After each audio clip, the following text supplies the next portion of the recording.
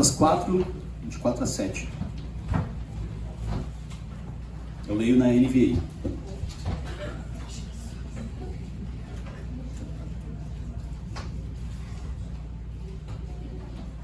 Escute com fé o que diz a palavra de Deus.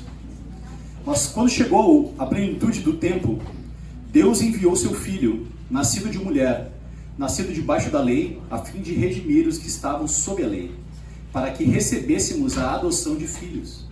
E porque vocês são filhos, Deus enviou o Espírito de seu Filho ao coração de vocês, e ele clama, Abba, Pai. Assim, você já não é mais escravo, mas filho. E por ser filho, Deus também o tornou herdeiro. Até aqui. Senhor, nós ouvimos a Tua palavra, Senhor. Ouvimos o Teu Evangelho mais uma vez, Senhor. Que Tu nos escolheu, nós cantamos isso, Senhor. Nós Te chamamos, Senhor, não de Deus como um Deus distante, mas nós Te chamamos de Pai, Senhor. Te chamamos de Pai porque podemos fazer isso por meio do Teu Espírito, Senhor, que habita em nós. E Te pedimos, Senhor, abre o nosso entendimento, abre a nossa mente e o nosso coração, Senhor, para que possamos entender a grandeza, a profundidade, a beleza do Teu Evangelho e possamos crer de todo o nosso coração. Assim oramos em nome de Jesus. Amém. Amém? Bom, continuando então a nossa série de pregações sobre o que é a igreja, eu sei que é muito familiar para todo mundo esse conceito de que igreja é família. Igreja é família. E eu estava pensando, né, quando eu vou pregar, eu acabo pesquisando pregações, pastores que já falaram sobre esse tema.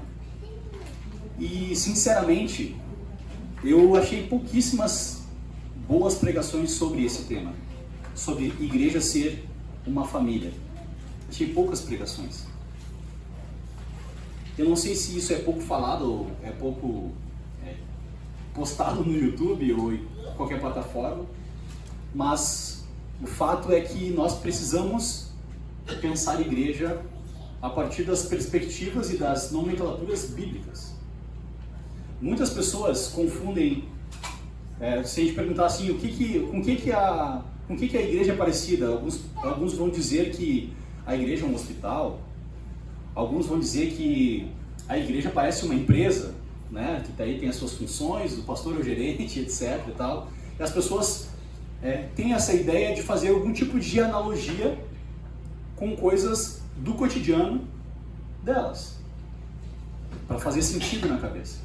E quando Paulo, principalmente no texto de Efésios, ele usou 3 analogias para definir a igreja, ele diz que a família é um corpo.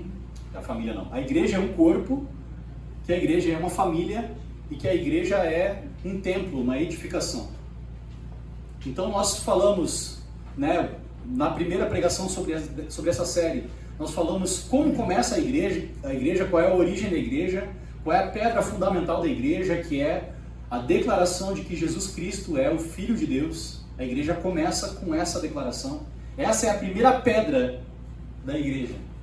Ou a primeira célula da igreja, ou o primeiro, né, a inauguração dessa família que é a igreja.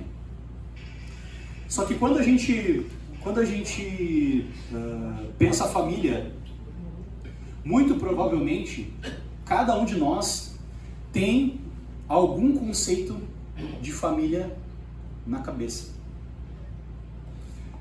Pode ser que vocês vieram de famílias disfuncionais, onde não tinha o pai, onde não tinha a mãe, ou o pai morreu cedo, né? Eu sei que alguns irmãos aqui perderam o pai cedo, e fica uma lacuna, talvez um não entendimento pleno e completo do que é a família, esse núcleo familiar.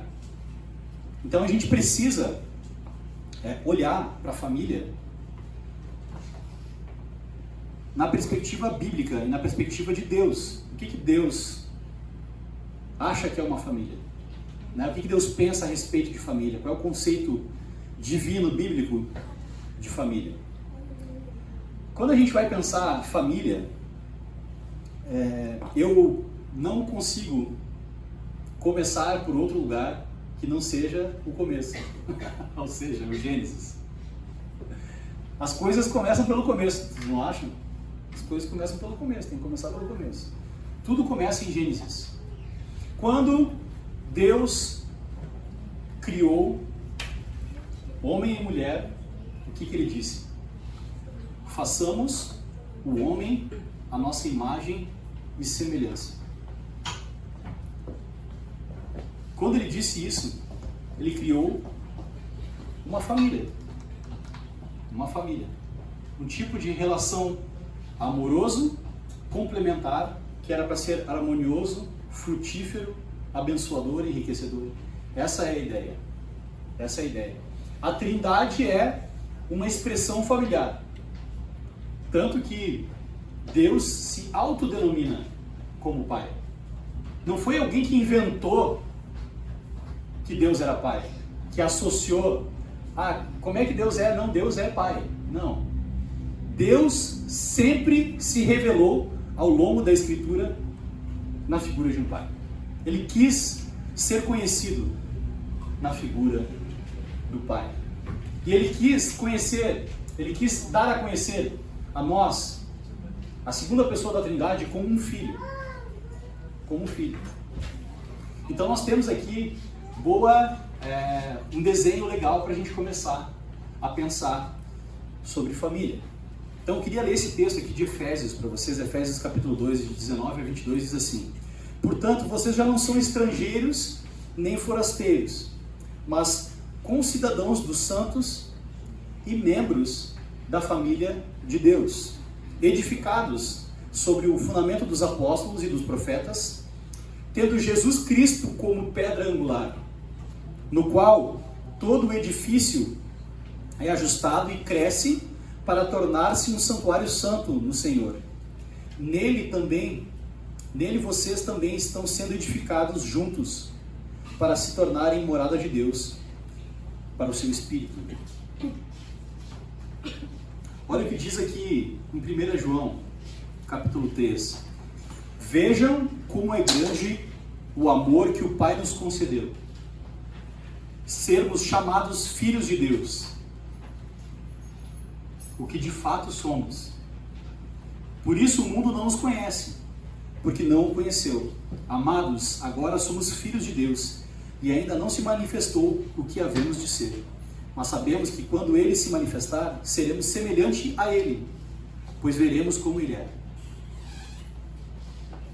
Então eu queria trabalhar aqui um conceito com vocês sobre casa, família e lar.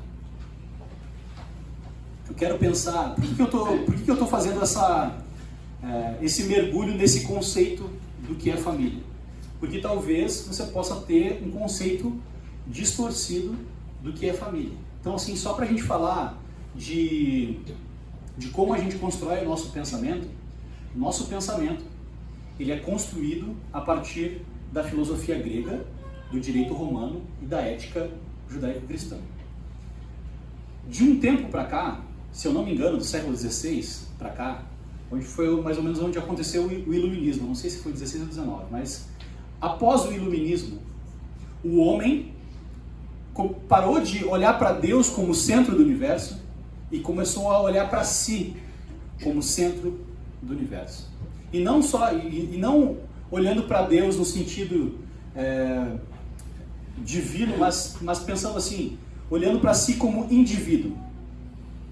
Quando Paulo escreve isso, falando sobre família, naquela época, entre os romanos, entre os gregos, o conceito de família, sabe, aquela família tradicional, marido, mulher e sua prole, era muito importante para a existência e para a prosperidade da sociedade.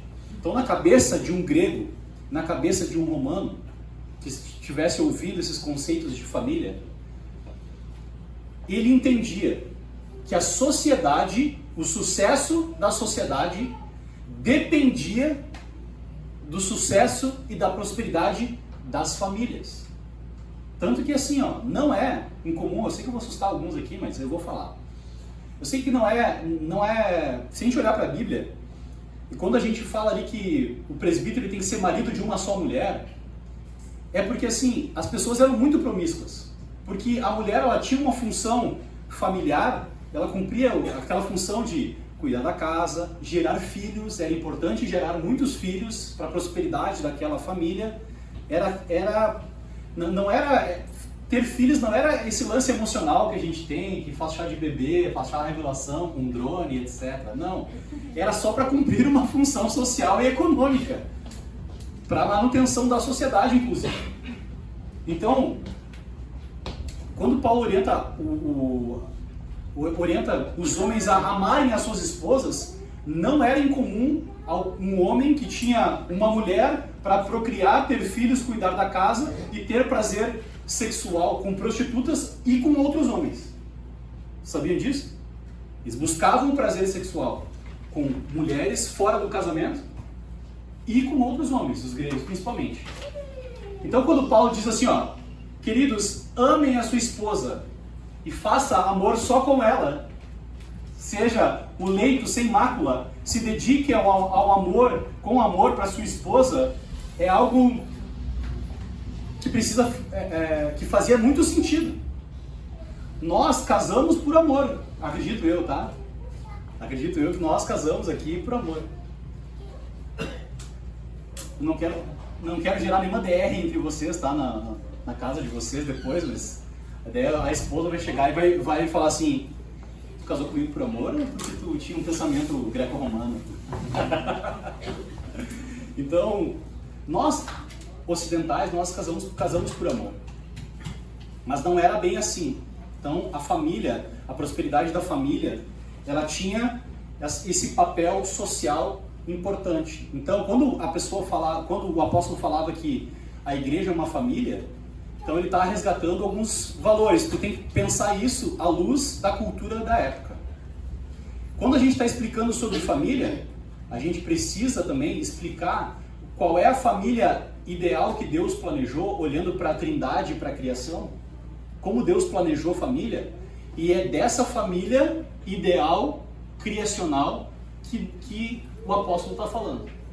Não a família disfuncional ou quebrada depois do pecado que nós experimentamos. Porque o que pode acontecer? Não adianta a pessoa que vem do mundo, vamos falar dessa maneira, a pessoa que chegou do mundo aqui, caiu de paraquedas na igreja, e a gente falar que igreja é família, talvez a família dela seja uma droga. E ela vai achar que a igreja é uma droga. Nossa, igreja é família, então tô lascado. Meu pai bate na minha mãe, é bêbado, faz e acontece, tá? Se fosse família é isso, tu entenderam aonde eu quero chegar? Então, tipo assim, beleza. Para que a gente possa dizer que a igreja é uma família, a gente tem que fundamentar bem qual é o ideal de família cristão e bíblico. A gente precisa fundamentar muito bem isso. Então, eu queria fazer aqui uma diferenciação entre casa e lar. Quando a gente fala assim, ó, quando a gente vê uma catedral bonita e a gente fala ali tem uma igreja, isso tipo, na língua tá errado, porque ali tem o edifício de uma comunidade que se reúne ali para ser igreja. Ali é só uma construção, não é uma igreja, de fato. Entendeu? Então ali não é uma igreja. Ali naquele local foi construído com dinheiro e recurso da comunidade um prédio para a igreja se reunir. Eu tenho um amigo que ele, sempre que eu falava assim, não, vamos ali na igreja, vamos ensaiar lá na igreja, ele falou, não, nós não vamos ensaiar na igreja, nós vamos ensaiar no prédio, porque igreja são pessoas. Sempre falava assim. Que era para não esquecer esse conceito de que a gente pode confundir prédios e estruturas com pessoas, com igreja e estruturas.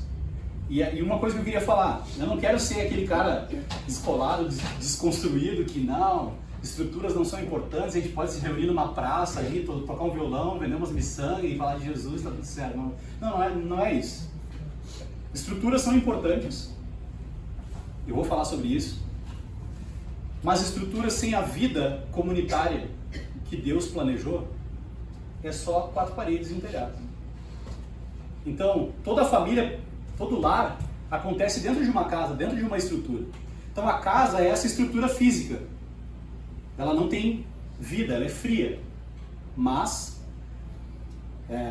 um lar, ele é baseado em relacionamentos, de intimidade, de afeto.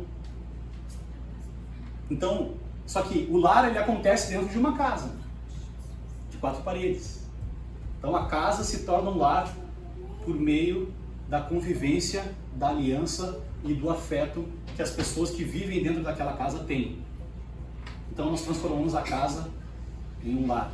Ou transformamos o prédio de uma catedral em uma igreja, quando nós vivemos isso, relacionamentos de amor e relacionamentos familiares dentro daquela estrutura física. Então as duas coisas são importantes. Uma boa casa, grande, confortável, organizada, ajuda na manutenção da família, do lar. Mas isso implica diretamente em relacionamentos e tarefas. Então toda família precisa de uma casa, para que dessa casa possa ser feito um lar. Então quando a gente fala assim, queria muito ter, né, uma casa, um lugar para chamar de meu, essa pessoa está desejando ter um lar, não só uma casa. Então toda família precisa de uma casa. Eu estou fazendo todas essas analogias porque eu quero fazer vocês chegarem comigo, porque assim, nós somos uma família. Ontem a gente estava lá no chá de casa nova do Guzmão. E a gente estava lá como família. Eu tenho certeza que ele se sentiu parte da família de Deus ontem, e nós sentimos que ele é nosso irmão, e a gente estava ali fazendo daquela casa um lar para o Guzmão. Amém? Então essa é a ideia. A gente precisa entender bem isso. Então nós somos uma família, independente de onde nós nos reunimos. Entraram na nossa casa lá e roubaram os fios, né? Avacalharam com a nossa casa, mas nós continuamos sendo família. Então agora a gente vai procurar uma nova casa para fazer dessa casa o nosso lar. Amém? Então assim, eu queria pensar com vocês, quando Deus planejou a família, Ele tinha algumas coisas em mente. Todos nós ansiamos, desejamos e buscamos na família algumas coisas que são reflexo daquilo que nós deveríamos encontrar em Deus. Então olha só, todos nós, quando nós falamos de família, nós pensamos em algumas palavras. Nós pensamos em refúgio. A família é um refúgio. A família é proteção, é cuidado, é acolhimento, é aceitação, é intimidade. E mais do que isso, a família define a nossa identidade. A nossa família define a nossa identidade. Eu sou muito parecido com meu pai, muito mais do que eu gostaria. Porque a nossa família define até a nossa aparência, a nossa estética. A gente não tem como escolher, não é a skin do Free Fire que dá pra mudar. Tu nasceu assim, porque tu nasceu filho do teu pai e filho da tua mãe. Não dá pra mudar de skin. Dá pra botar botox, dá pra botar um monte de coisa, né? Não vou nem entrar nesse mérito aí. Dá pra fazer várias mudanças. Mas tu nasceu do jeito que tu nasceu, porque tu nasceu no seio daquela família. Tu é fruto de um pai e de uma mãe. Tu herdou aquela identidade. E muitas vezes, quando nós estamos confusos da nossa identidade, do nosso valor, aonde é que nós vamos encontrar isso? Ou nós vamos buscar isso? Nós vamos buscar isso na nossa família. Nós vamos buscar isso na nossa família. Qual é o filho que não deseja a aprovação do seu pai, o encorajamento do seu pai? Vocês podem tudo não gostar de mim, mas se meu pai disser, tu vai lá e o que tu vai fazer? Eu te apoio. Eu vou estar encorajado para fazer. Então nós precisamos buscamos essa aprovação, esse refúgio, essa proteção e a nossa identidade também, a nossa família, né? Eu estava conversando com a Júlia hoje no almoço e ela falou para mim que quando ela está fragilizada emocionalmente, ela busca refúgio e ela lembra da identidade e da importância dela perto do pai dela. Foi exatamente isso que a gente estava conversando na mesa do almoço. E todos nós buscamos isso. Por isso que quando a família é disfuncional, quando um pai não encoraja o filho, ou quando a família está quebrada, nós estamos quebrados. Então, famílias quebradas geram pessoas quebradas. Pessoas quebradas vão dar problema. Não vão ler o mundo de maneira distorcida. Não vão conseguir se relacionar bem com as pessoas. Vai ter alguma coisa faltando, vai ter um pedaço faltando, vai estar quebrado. E só Deus pode restaurar o nosso valor, a nossa dignidade e a nossa identidade. Nós, como cristãos, agora precisamos construir a nossa identidade, buscar o nosso refúgio, a nossa proteção e a nossa aceitação, inclusive, em Deus. Em Deus. Uma das doutrinas reformadas mais caras, uma das doutrinas da igreja mais caras é a justificação pela fé. Ou seja, eu não sou justificado, ou seja, aprovado por Deus por causa das minhas boas obras. Eu sou aprovado por Deus por aquilo que Jesus fez por mim na cruz. Então eu tenho paz com Deus, eu tenho a aprovação de Deus. Quando Jesus olha para o Lucas, quando Jesus olha para o Gusmão, ele não vê o pecado do Gusmão, ele não vê o pecado do Lucas, ele vê o Cristo crucificado e a aprovação para o Gusmão. Ele olha para o Gusmão, olha para o Lucas, os mais pecadores aqui, e diz assim: tu é o meu filho amado em quem eu tenho muito prazer. Ao invés de dizer eu te condeno, ele diz: eu te aceito, eu te amo e tu é o meu filho amado em quem eu tenho muito prazer. Então olha que privilégio poder fazer parte da família de Deus. Isso restaura o nosso ser. Saber disso restaura o nosso ser. Saber que o nosso Pai nos aprova, nos ama, isso é restaurador para qualquer pessoa. Essa é a graça restauradora de Deus. Essa é a graça restauradora de Deus. E não importa se você teve pai, se você teve mãe, não importa os seus pecados antes da conversão.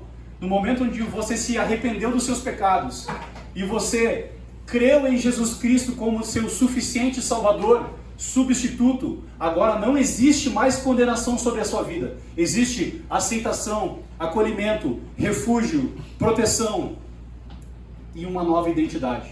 Agora você não é mais peregrino e forasteiro. Agora você não é mais um pecador, alguém que é digno da condenação eterna. Agora você é co-herdeiro com Cristo nas regiões celestes. Você é perdoado, você é amado, você tem uma nova identidade como filho de Deus. Então o Evangelho começa por aí. Não adianta a gente tentar desenhar uma familhinha bonitinha e tal, e falar de igreja sem nós entendermos a nossa identidade como filhos de Deus. Vocês entenderam o Evangelho até aí? Agora vocês são aceitos por meio do sacrifício de Jesus, por meio da fé em Cristo. Agora vocês têm uma nova identidade, agora vocês são filhos de Deus. Mas olha o que acontece, olha como Deus é doido. Ele chama a gente de filho, ele nos traz para dentro da igreja, ele nos perdoa, mas a gente ainda continua com o parafuso meio solto. A gente continua meio estranho, meio pecador ainda. Né? A gente foi justificado pelo Senhor, a gente foi perdoado, mas ainda existe pecado em nós. E quando tem pecado em nós, a gente fere pessoas. A gente olha pessoas com olhares que não é para olhar. A gente fala coisas que não é para falar. A gente age de maneiras que não é para agir.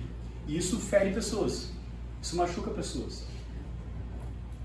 Então, assim como acontece na nossa família, né? Na nossa família, ou vai dizer que você nunca brigou com seu irmão, você nunca gritou com a sua mãe, nunca fez nada de errado, sempre foi um filho, né? Tudo certinho. Olha, o único filho certinho que habitou nessa terra foi Jesus Cristo, está lá no céu. Tá bom? Então, se você não está lá junto com ele, muito provavelmente você também é um pecador salvo pela graça, como nós cantamos. Então, a igreja é a casa de Deus. a habitação de Deus, onde Ele desenvolve os seus afetos entre os membros, onde Ele dirige, ensina, edifica a vida daqueles que têm comunhão com Ele. Você consegue entender como é complexo isso?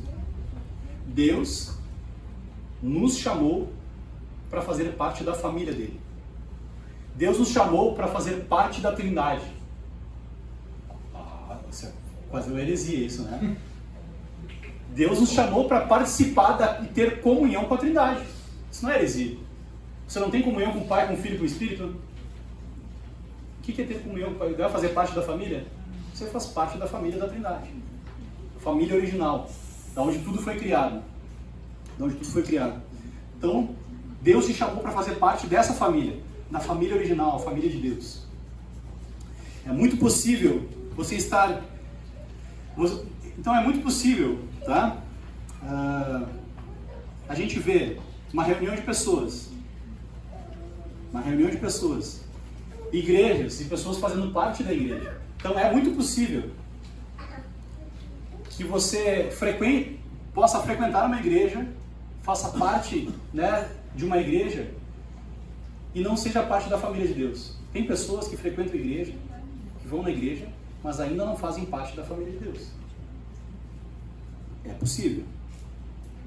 Então, o importante é fazer parte da família de Deus. É crer em Jesus, se arrepender dos seus pecados. Então, olha só. Como é possível fazer parte da igreja sem fazer parte da família de Deus? Quantas pessoas vocês conhecem que foram profundamente abençoadas pela igreja e no momento onde elas foram cobradas, confrontadas e chamadas ao arrependimento, elas vão embora? Por quê? Porque elas não são igreja.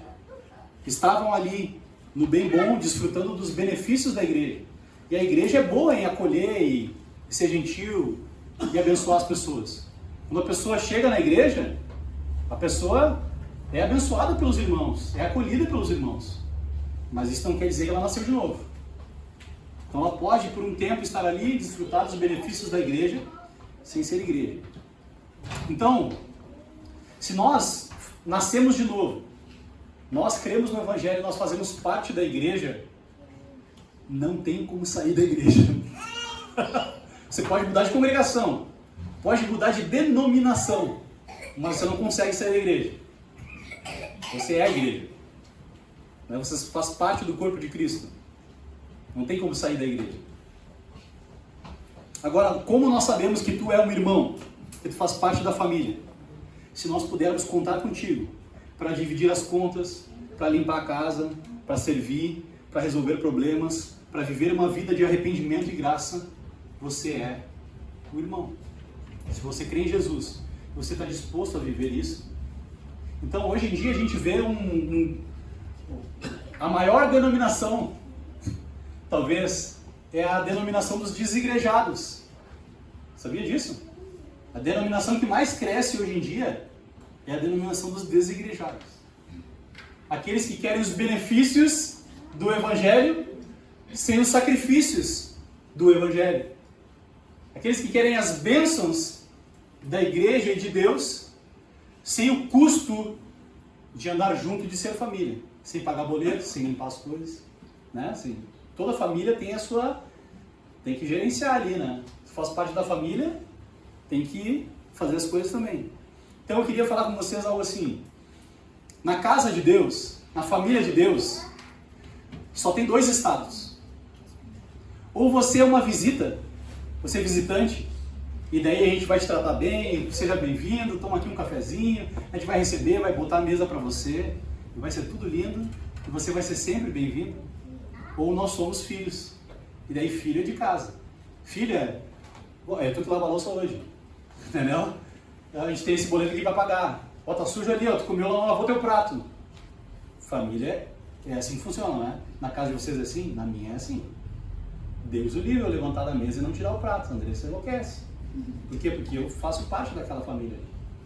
Todo mundo tem as suas regras de convivência. Então só existem dois status. Ou você visita na casa de Deus, ou você é da família. Ou você é da família. A visita a gente trata bem. e trata a visita como um caráter de exceção. A visita não vai todo dia na tua casa, né? Algumas. A visita vai de vez em quando. Melhor ainda quando avisa, né? Visita sem avisar hoje em dia, sem WhatsApp, é meio ruim.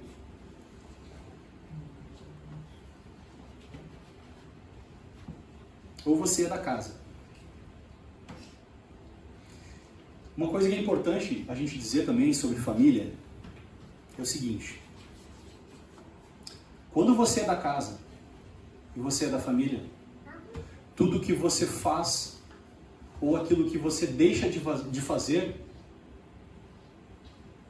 tem implicativas na vida de todos os membros da família. Se você faz ou se você não faz, vai afetar diretamente os outros membros da família. Pegando bem esse exemplo da casa, do lar, se você comer, botar o seu pratinho lá, lavar o seu pratinho e botar no escorredor, todo mundo vai ficar feliz, todo mundo vai te tratar bem, ninguém vai brigar contigo. Agora, se você não fizer a sua parte, vai dar problema.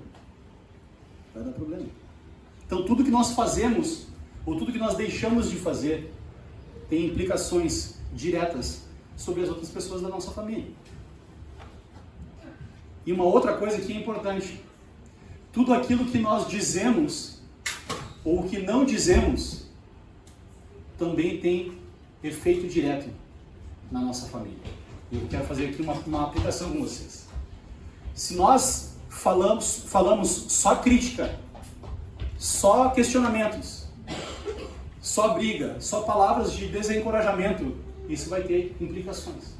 Mas ao mesmo tempo, se nós não falarmos nada, não encorajarmos, não ressaltarmos e valorizarmos as pessoas e dissermos isso, também vai ter efeito negativo. Também vai ter efeito negativo. Meu pai deu o azar de congregar na mesma igreja que eu. Então, todas as vezes que eu falo da minha família, eles vão sentir na pele. Então, uma das coisas que acontecia na minha casa, que era muito difícil, meu pai viveu numa família onde ele nunca ganhou um abraço do pai dele. E ele falava isso pra mim. Eu nunca ganhei um abraço do meu pai. Eu nunca ganhei uma palavra de encorajamento. Naturalmente, meu pai ele melhorou um pouco, né? Não era tão assim. Eu ganhei alguns abraços ao longo da minha vida, algumas palavras de encorajamento, 3 abraços.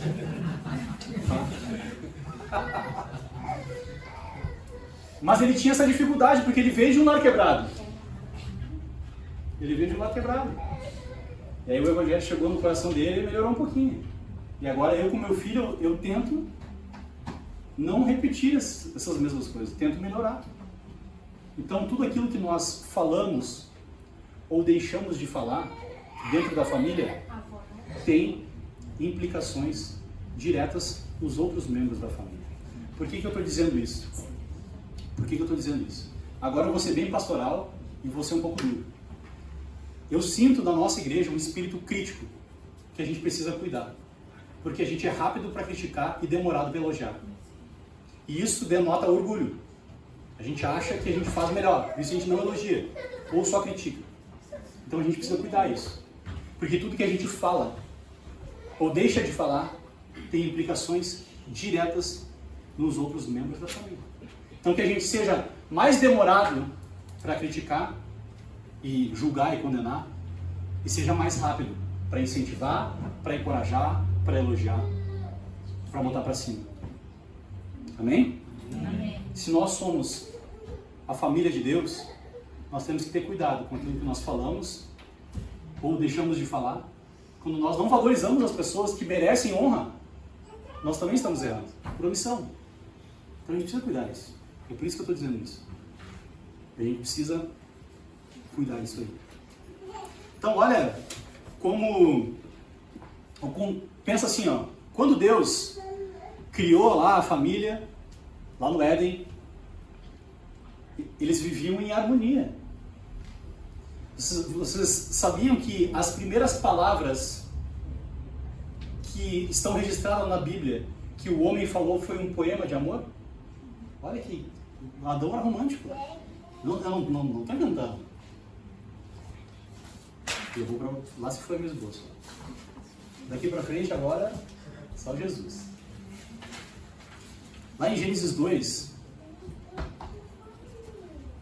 primeiras palavras que o homem pronunciou foram: esta sim é osso dos meus ossos, é carne da minha carne.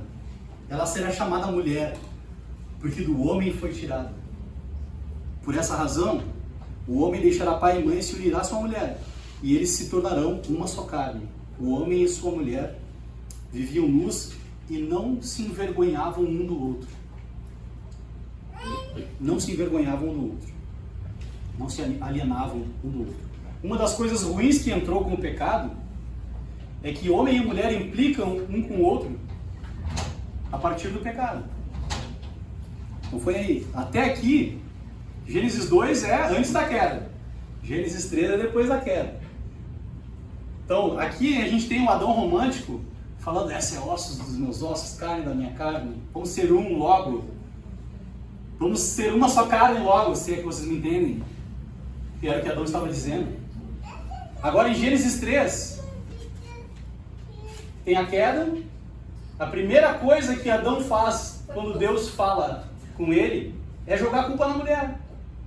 E em Deus, né? Porque Adão, ele se livra da culpa. Ele fala assim, ó: a culpa foi dessa mulher que tu me deste. Se tu e ela não existissem, eu ia estar bem. Entendeu? Então olha o contraste. Em Gênesis 2, Adão está apaixonado, vivendo em harmonia com a sua esposa. Em Gênesis 3, ele joga a culpa nela e dali para frente só para trás, como diz o outro, né? Só problema.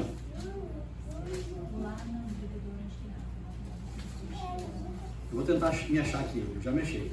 Vamos lá. Então Deus, ele constrói a sua história por meio de famílias. Então, a família de Adão ruiu. Depois ele escolhe uma outra família para recomeçar a criação. Em Gênesis capítulo 6, a família de Noé. Noé, além de ter conseguido construir aquele barco enorme, que agora tem uma réplica lá nos Estados Unidos, vocês viram? Eu tenho um amigo, o Emerson, foi lá ver. É gigantesco, é muito massa. Gostaria de ir. Além de ter construído um barco enorme, não sabia nem se tinha ferramenta, como é que ele tinha feito. Ele ainda conseguiu botar toda a família dele dentro. Então Noé foi um cara abençoado por Deus. Aliás, o nome do meu filho é Noah por causa disso, sabia? Porque ele conseguiu englobar e colocar a família toda dele dentro da arca e conseguiu salvar a família dele, cooperar para a salvação da sua família. Então, o conceito de família é muito importante em todo o Antigo Testamento. Então, Deus escolheu fazer um novo povo e abençoar todas as famílias da terra através de uma família, através da família de Abraão. Então, a prosperidade e a continuidade da família de Abraão estava anexada com a promessa de Deus. Deus prometeu que abençoaria todas as famílias da terra através da família de Abraão. Ou seja, nós somos abençoados hoje porque Deus cumpriu a promessa que ele fez para Abraão, preservando a sua família e trazendo através da sua descendência o Salvador, Jesus Cristo. Então Deus está conectado com a história das famílias e ele usa essas histórias. Nos 10 mandamentos, o primeiro mandamento com promessa é honrar pai e mãe. Já perceberam isso? O único mandamento com promessa é honrar pai e mãe. Por quê? Peguei agora do irmão. Por quê? É uma pergunta retórica. Fica calmo. Porque pai e mãe são um tipo representativo da autoridade de Deus sobre a pessoa, inicialmente. Então nós devemos honrar o pai e a mãe. Porque se nós não conseguimos honrar o nosso pai e a nossa mãe, como que nós vamos, que a gente vê e que convive com a gente na mesma casa, como que nós vamos honrar a Deus que a gente não vê? Então nós precisamos honrar o nosso pai e a nossa mãe. E aí então, só para a gente entender como nos relacionarmos como família de Deus, como esses relacionamentos têm tudo a ver com família, olha o que Paulo diz para Timóteo. Ele está falando de relacionamentos entre pessoas. Está resolvendo tretas entre pessoas na igreja. E explicando como Timóteo tinha que proceder com a igreja. Lá em 1 Timóteo 5, de 1 a 2, ele diz assim: não repreenda asperamente o homem idoso, mas o exorte como se ele fosse seu pai. E nem está falando do mesmo pai. Não está falando, ó, se você for repreender o seu pai, trate ele como pai. Não. Ele está falando que nós jovens, quando nós vamos repreender algum homem mais velho na igreja, nós temos que ter a mesma honra, como se ele fosse o nosso pai de carne e osso. Então os irmãos que têm cabelo branco, ou que não tem mais cabelo, que são mais velhos, eu quis te trazer para dentro, Fred. Vocês são os mais velhos da igreja. Nós devemos honra e respeito a vocês como nosso pai. Vai deixar de chamar de pai? O pai. Mas não, mano. Você vai deixar Vamos lá. Vamos prosseguir no texto. Não repreenda asperamente o homem idoso, mas o exorte como se ele fosse seu pai. Esse é o tipo de honra e relacionamento que nós devemos desenvolver dentro da igreja. Trate os jovens como irmãos. Trate os jovens como irmãos. As mulheres idosas como mães, e as moças, olha que interessante isso, e as moças como irmãs com toda a pureza. Um homem solteiro e uma mulher solteira devem ter um relacionamento como se fossem irmãos. É óbvio que pode nascer ali um sentimento, uma amizade mais profunda, mas se não tiver sentimento, não tiver nenhum interesse real de um relacionamento a fins de casamento, trate as pessoas do sexo oposto como seus irmãos. Irmãos não toca nas partes íntimas, não beija na boca, não faz coisas que você sabe o que a gente está dizendo. Nós devemos nos tratar com toda pureza, como irmãos. Amém? Então aqui Paulo está fazendo, ele está regulando os relacionamentos da igreja na perspectiva da família. Está dizendo, assim como é na família, assim como tu trata o teu pai, pressupondo que você honra o seu pai, e ele deixa claro. Então, Paulo está dizendo assim, ó, você é um cristão, amém? Você é um cristão, amém? Então eu pressuponho que você honra o seu pai e sua mãe, porque Deus deseja isso de você, amém? Então agora que você honra o seu pai e sua mãe, honre todos os homens e mulheres mais velhos como a pais e a mães dentro da igreja. É isso que Paulo está dizendo. Ele está regulando os relacionamentos da igreja através dessa imagem da família. Através dessa imagem da família. Então, a igreja é uma família. É uma família. Irmãos, quando eu digo que a igreja é uma família, vários sentimentos aqui podem brotar. Positivos, negativos, carências, traumas, gatilhos, problemas do passado. Mas Deus quer resolver os nossos problemas internos através da nossa nova identidade como cristãos. Então, antes de você fazer parte da família de Deus, você tem que lembrar que você é um filho amado de Deus, de que Deus fez nova todas as coisas no momento em que você creu em Jesus. Eis que as coisas velhas passaram e eis que tudo se fez novo. As suas más experiências, os seus traumas, os seus gatilhos, os seus problemas devem ficar no seu passado, na sua antiga vida. Nós devemos agir e viver hoje como igreja na perspectiva de que nós somos amados, aceitos, acolhidos por Deus, transformados por Deus à sua imagem e semelhança. E a gente deve se relacionar com os outros a partir dessa nova identidade. Se nós não entendermos que nós recebemos uma nova identidade a partir do Evangelho, nós vamos vir para dentro da igreja com as nossas carências, com os nossos problemas, com os nossos gatilhos, e vamos projetar toda essa aceitação, acolhimento, amor, proteção e identidade nas pessoas e não em Deus. Então a gente tem que resolver aqui essa relação. Está bem resolvida essa relação, para que essa relação aqui seja abençoadora. Amém? A maneira como nós nos relacionamos com as pessoas revela como está o nosso entendimento do Evangelho e como está o nosso entendimento do Evangelho e da nossa identidade nova em Cristo. Então, se uma pessoa está dando muito problema na igreja, talvez ela está com problema com Deus e não é contigo, meu irmão. Já parou para você pensar nisso? O malandro está dando problema, ele está incomodando todo mundo, está dando coice em todo mundo.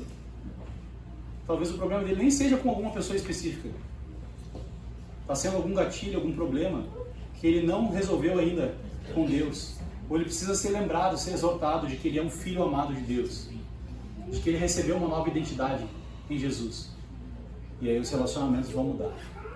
Então Deus é nosso Pai. Amém? Amém. Deus é nosso Pai. Nós temos comunhão com o Pai. Nós temos um irmão mais velho, que é nosso exemplo, que é aquele em quem nós nos inspiramos, aquele nós almejamos ser um dia. Nós devemos almejar ser como Jesus um dia. A gente não pode cair naquela armadilha da autojustificação. Quer dizer assim, ah não, eu sou pecador mesmo, né? Ah não, vou errar, né? Ah, continuo fazendo tudo errado, nunca melhora. O cara tá 30 anos na igreja, tá pisando no carro dos outros, enchendo o saco. Não, a gente tem que crescer em santidade. A gente tem que melhorar. A gente pode, né? A gente vai tropeçar, a gente vai pisar no pé do irmão, vai acontecer algum probleminha e tal, mas a gente precisa estar pronto para resolver e para se parecer com Jesus. Então todos nós estamos aqui para participar da família de Deus e para se parecer com Jesus. Porque foi por isso que Cristo morreu no nosso lugar. Amém? Então, para encerrar, só para relembrar os pontos que eu abordei aqui hoje. Primeiro, se você crê em Jesus como Filho de Deus, que morreu e ressuscitou ao terceiro dia,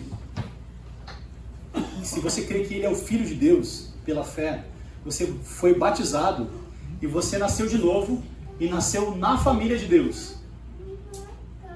Amém? Você nasceu de novo. Você é uma nova criatura. Segundo, se você é parte da família de Deus, agora você tem privilégios de ser o filho amado de Deus, em quem Deus tem muito prazer. Aleluia. Ai, glória a Deus. Mas você também tem responsabilidades. Ser filho de Deus, você mora na casa de Deus, se é que vocês me entendem, você tem responsabilidades. Não queira ser tratado como visita. Se você é filho, não espere ser tratado como visita. Você é filho. Assuma a sua identidade de filho na casa. Não é quer sentar bonitinho, é só receber aqui. Não, tem louça para lavar aqui, tem cadeira para arrumar, tem café para fazer, Jana. Tem bolo para cortar, vai ter função. Então, assim como nós recebemos um grande privilégio de ser filhos de Deus, de fazer parte da família de Deus, nós recebemos uma grande responsabilidade. Como é que é a frase do tio Ben lá? Com grandes poderes vem grandes responsabilidades. O tio Ben era cristão, né? Não sei. Isso aí, apaga, tá? Deixa quieto. Na igreja, então, nós encontramos todo tipo de afeto que nós buscamos em Deus e nos irmãos. Em Deus e nos irmãos. Nós encontramos, então, aceitação. Você se sente aceito e acolhido na igreja de Deus? Por pior que seja os seus pecados, irmão, a gente te aceitou, entendeu? Veio todo sujo, lamacento lá do mundo, nós te aceitamos. Porque você é filho de Deus. Nós também chegamos aqui na mesma condição. E a gente precisa ter essa consciência. Nós precisamos ter essa consciência. Sabe por que a gente trata mal as pessoas que são... que estão pecando, porque esqueceu da onde a gente veio. Também chegou lá no centro, também chegou fedorento de pecado aqui, a gente te amou, te abraçou, te deu banho, agora você está aí cheirosinho, limpinho, agora quer julgar os outros? Como assim? Não. Então todos nós encontramos aceitação, acolhimento, amor, proteção e identidade. Identidade. Eu quero frisar essa parada da identidade, porque assim, cada denominação, cada igreja tem uma cultura diferente, tem um linguajar, um dialeto às vezes diferente, né? E isso não é ruim. Vocês acharam que eu ia criticar, né? Vocês acharam, não vou criticar. Vocês acharam, ela pecou, peguei. Deus viu, tá vendo? É assim, ó, beleza. Isso não é ruim. Cada família tem as suas particularidades, tem a sua identidade. E nós temos a nossa. E tá tudo bem. Beleza. A gente tem que estar bem resolvido com isso. Por que eu não sou de outra igreja? Porque eu não me identifico, não é a minha cultura, não é a minha família, entendeu? Aqui é que eu me sinto em casa. Aqui é que é o meu lar. Aqui é que define a minha identidade. Eu me pareço com os meus irmãos, eu aprendo com eles. Eu me sinto amado, me sinto acolhido por eles. Por isso que eu faço parte dessa igreja local aqui. Por isso que eu sou do Casulo. Porque eu amo as pessoas dessa igreja, porque eu faço parte dessa igreja. Essa igreja me ajuda a lembrar da minha identidade em Cristo e me ajuda a me parecer com Jesus. É isso. Então cada igreja tem a sua identidade e nós temos a nossa. E amém, glória a Deus por isso. Tudo o que o ser humano deseja encontrar e busca encontrar na família terrena, e às vezes não encontra, pode encontrar agora em Deus por meio de Cristo. Nós precisamos mostrar isso para essas pessoas. Aquilo que você está procurando, que é acolhimento, amor, proteção, intimidade, identidade, você vai encontrar isso em Deus. E nós estamos aqui para anunciar isso para você. Quarto e último, ser parte da igreja é saber que ela tem um dono, de que nós não somos donos da igreja. A igreja tem um dono, ele se chama Jesus Cristo. Ele comprou essa igreja com seu próprio sangue. Então nós estamos aqui para ser fiéis e submissos ao dono da igreja, que é Jesus Cristo, nosso Senhor. E pasmem, um dia ele voltará para nos buscar, para que a gente possa estar eternamente com ele, participando da comunhão gloriosa do Pai, do Filho e do Espírito Santo para todo sempre. Amém. Amém. Você pode fechar os seus olhos por um momento? Senhor, nós estamos aqui diante de Ti, Senhor.